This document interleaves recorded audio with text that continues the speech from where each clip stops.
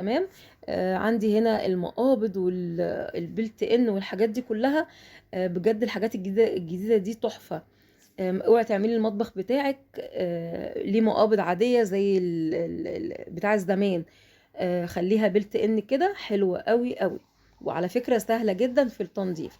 ولو تلاحظي عندي المقبض مقلوب، يعني مش بيشيل وساخة او ترسبات او اي حاجة. لان المقبض البلت ان ده اول ما طلع كان الصنايعي بيعملوا معدول، فكان دايما بيتحوش فيه يعني زي ما شايفين القطعه اللي فوق دي، ده كده معدول، فبيتحوش فيه بقى الرز والحاجات اللي بتقع. تعالي اقولك ازاي تفصلي رخامة المطبخ. زي ما انتوا عارفين المطبخ الألمونتال وانت بتعمليه، سواء انت عروسة او ست بيت، اللي بيعمل لك المطبخ ملهوش دعوة بالرخامة. يعني المطبخ سعره ألمونتال بس او خشب او ايا كان ماركته او نوعه، بس الرخامة بتكون خارج الحساب. لو حسبتي عليها بيعملها لك، ولو ما حسبتيش عليها انت اللي بتفصليها. وفي كل الأحوال الحاجات اللي انا بقولك عليها دي هتبقى عيوب هتظهر معاكي مع الاستخدام. تعالي اقولك ازاي تتفادي العيوب وانت بتفصلي رخامة المطبخ. ولو المهندس هو اللي هيعملك الرخامة، قولي له اعمل لي الحاجات اللي انا هقولك عليها دي، علشان ما تلاقيش في المطبخ عيوب او في الرخامة عيوب بعد الاستخدام. تعالوا بينا نسمي الله ونصلي على الرسول، ونقول اللهم صل وسلم وبارك على سيدنا محمد وعلى آله وصحبه أجمعين. ازيكم عاملين ايه؟ يا رب تكونوا بخير. بداية كده معلش والله بغيب عليكم، علشان بس مشروعي الجديد اللي انا ابتديته، وهو تصنيع الحلويات. فواخد وقت شوية علشان بس لسه في الاول. ان شاء الله هفضي نفسي كده وهرجع تاني معاكم على طول كل يوم. طيب تعالوا بينا نشوف الرخامة ازاي نفصلها. اول حاجة وانتي بتفصلي الرخامة، شوفي العمق. يعني ما تعمليش العمق بتاع الرخامة نفس العمق بتاع المطبخ. العمق ده اللي هو من الحيطة لغاية الباب بتاع المطبخ زي ما انت شايفة. ما تخليش الرخامة على قد المطبخ بالظبط، وتبقى الرخامة على قد الضرفة او نازلة على الضرفة، لان ده شيء هيزهقك بعد كده وهيتعبك جدا جدا. طيب تعالوا برضو نشوف هنا المكان ده. شايفين الدرج؟ الرخامة طالعة عن الدرج مسافة قد ايه؟ 2 سنتي. ودي المسافة اللي المفروض انت تعمليها وانت بتفصلي الرخامة. يعني لو كان المطبخ بتاعك العمق بتاعه 50، وغالبا بيكون العمق 50، اعملي الرخامة بتاعتك عمقها 53. تمام. 3 يا بنات و50. ليه بقى؟ علشان خاطر لو انت عملتيها نفس مقاس المطبخ والرخامة، اول حاجة الرخامة بتكون ضيقة. تمام. تاني حاجة لو وقع منك سكر هينزل في الادراج، لو وقع منك مية تنزل في الادراج. لكن الحرف اللي طالع بره ده بيخلي اي ميه تنزل في الارض. لو في سكر، في اي حاجه، في شاي اندلق منك او اي حاجه وانت بتعمليها على الرخامه، مش هتنزل في الادراج، هتنزل على الرخامه. لكن الدرج هيكون نضيف، مش هيحصل فيه اي حاجه خالص. الرخامه كلها يا بنات زي ما انت شايفه كده. شايفين؟ تاني حاجه بقى، انا عندي بين المطبخ والحيطه زي 7 سنتي. شايفين؟ زي 3 قراريط. انا بقى ما عملتش الرخامه على قد المطبخ في الطول. لا، انا قلت بقى الحته دي هتوقع مني معالق، هتوقع منها اي رفايع. فعملت الرخامه منها للحيطه على طول. زي ما انتوا عارفين الشقه دي ايجار، والمطبخ ما اتعملش ما تقفلش يعني كما يجب، علشان طبعا هيسيبوا المكان وهيمشوا. لما تروح مكانها ان شاء الله تبقى تكمل على المطبخ ده وتقفله. فطبعا هنا علشان نعمل مساحة للتلاجة، والتلاجة تخش وتخرج والمطبخ وكده، فكان لازم نخلي 7 سنتي بين المطبخ والحيطة. انا عملت الرخامة منها للحيطة على طول، يعني كبرت الرخامة من فوق. حتى عندي هنا شايفين بين التلاجة وبين المطبخ حوالي 10 سنتي، انا خليت دول للتهوية. طبعا المطبخ انا عاملاه عمولة، وقايسة الحيطة وقايسة التلاجة وكل حاجة، وانا اللي مختارة ان انا اخلي فيه تهوية بين المطبخ يمين وشمال. طبعا عندي هنا زي 10 سنتي زي ما انتم شايفين، فانا برضو كبرت الرخامة علشان ما فيش حاجة تقع بين التلاجة وبين الرخامة. شايفين ازاي؟ اهو. يعني دي كانت ممكن توقع دي كلها، المسافة اللي هي بين التلاجة وبين المطبخ كانت توقع حاجة زي كده. لكن انا الرخامة يعني مديتها لغاية الحيطة من اليمين ومن الشمال، بحيث ما فيش حاجة تقع لا يمين ولا شمال. وفي نفس الوقت من قدام من هنا العمق بتاع الرخامة زودتها 3 سنتي، بتاع الرخام قال لي زوديها 2. وكمان انا اللي قلت له، يعني ما فيش حد هيقولك على المعلومة دي، لازم انت تعرفيها، وانت اللي تنبهي على المهندس او على بتاع الرخام ان هو يزود لك في حجم الرخامة.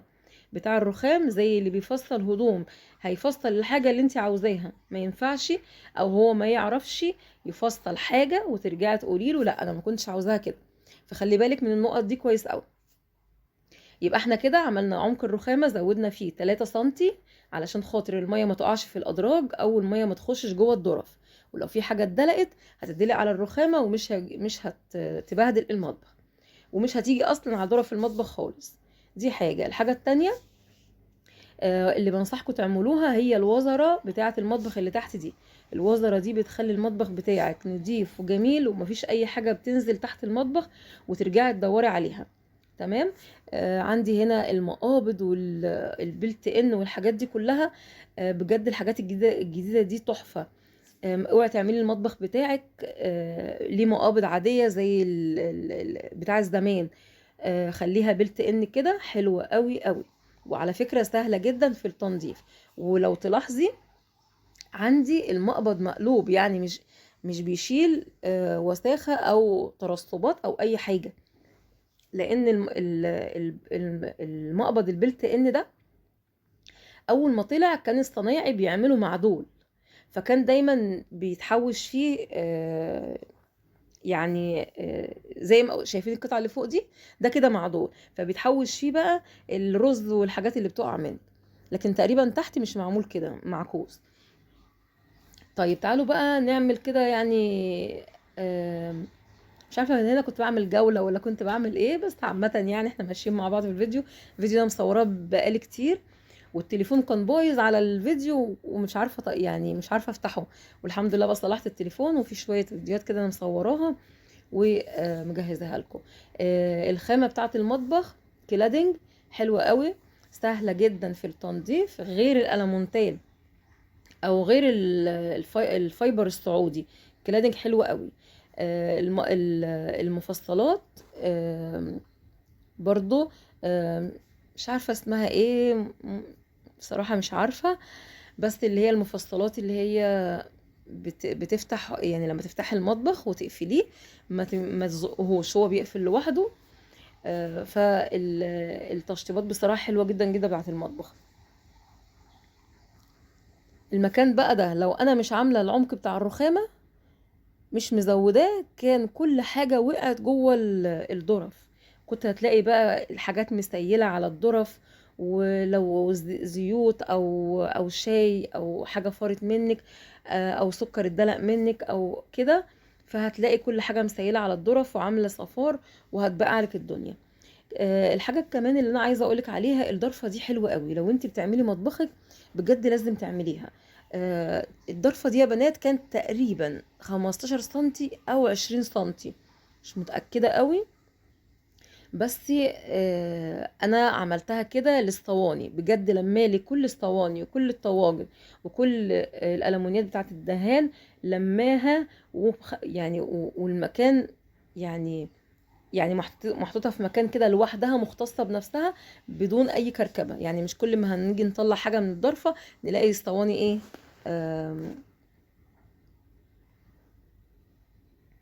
مش كل ما هتطلعي حاجة من الضرفة هتلاقي الصواني مقابلاكي ومكركبة الدنيا. تمام.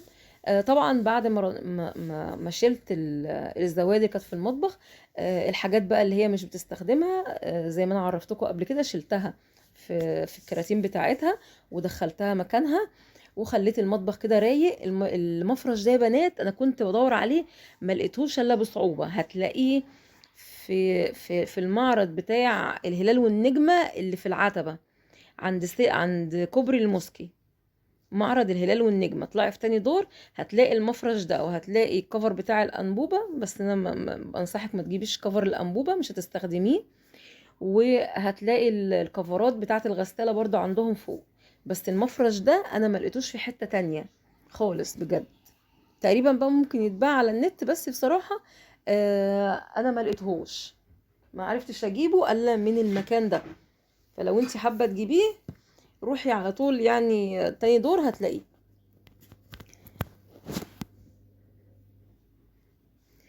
هنا طبعا كده كان النيش الصغير اللي انا عاملاه في المطبخ ده جنب الصفاية على طول. طبعا المطبخ عندك بيحكم عليكي. يعني لما تيجي تفصلي المطبخ الالمونتال، المساحة بتاعة المطبخ بتحكم. انا هنا كده لقيت المكان ده متاح ليا ان اعمل ضرفتين نيش، فعملت زودت رف عشان خاطر الحاجات تقضي زي ما انتم شايفين كده. حاطه فوق الحاجات اللي هي الكوبايات، اللي هي الترندات بقى، والحاجات اللي هي بتاعت الكافيهات. واول رف حاطه كوبايات الشاي كلها ومجات القهوه، وتاني رف حاطه الكاسات، وحاطه زي مجات كده. نسقي بقى زي ما انت عاوزه. انا هنا زودت رف علشان خاطر يعني المفروض هو بيجيلك برف واحد عشان يبقى دورين، انا حطيت رف زياده وحسبت عليه المهندس علشان خاطر احط كل الازاز في المكان ده. الفوط مهمه جدا جدا، لازم تجيبي فوط للعروسه. ما ينفعش عروسه تخش من غير فوط، لاني شفت عرايس كتير بتخش بجد من غير فوط وبتنساها، وبتلاقي يوم الصباحية الضيوف عندك وانتي عايزة تمسكي حاجة، عايزة تمسحي الرخامة، ما بتلاقيش حاجة تمسحي بيها. فلازم تجيبي الفوط بتاعة المطبخ. اقل حاجة يعني كده هاتيلك 6 7، سواء كان الشكل ده او الشكل المربع. بس انا نصيحتي ما تجيبيش الشكل ده اللي هو فيه كسر وفيه الحتة دي. اخر واحدة اللي هي اوف وايت دي اللي حلوة مربعة ومساحتها يعني كبيرة شوية. وسهلة، يعني فاهمين، سهلة كده في التنظيف. وبرضو التانية سهلة بس صغنطوطة. الوصلة بتاعت الحوض، لو عندك المحبس بتاع المطبخ عالي جدا